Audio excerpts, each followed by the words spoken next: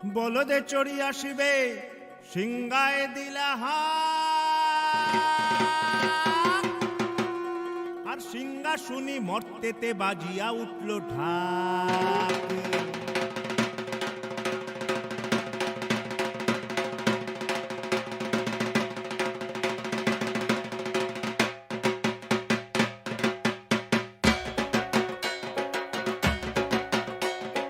বলদে চড়ি আসিবে সিংহায় দিলা হাত, সিংহাসুনি মর্তেতে বাজিয়া উঠল ঢাক।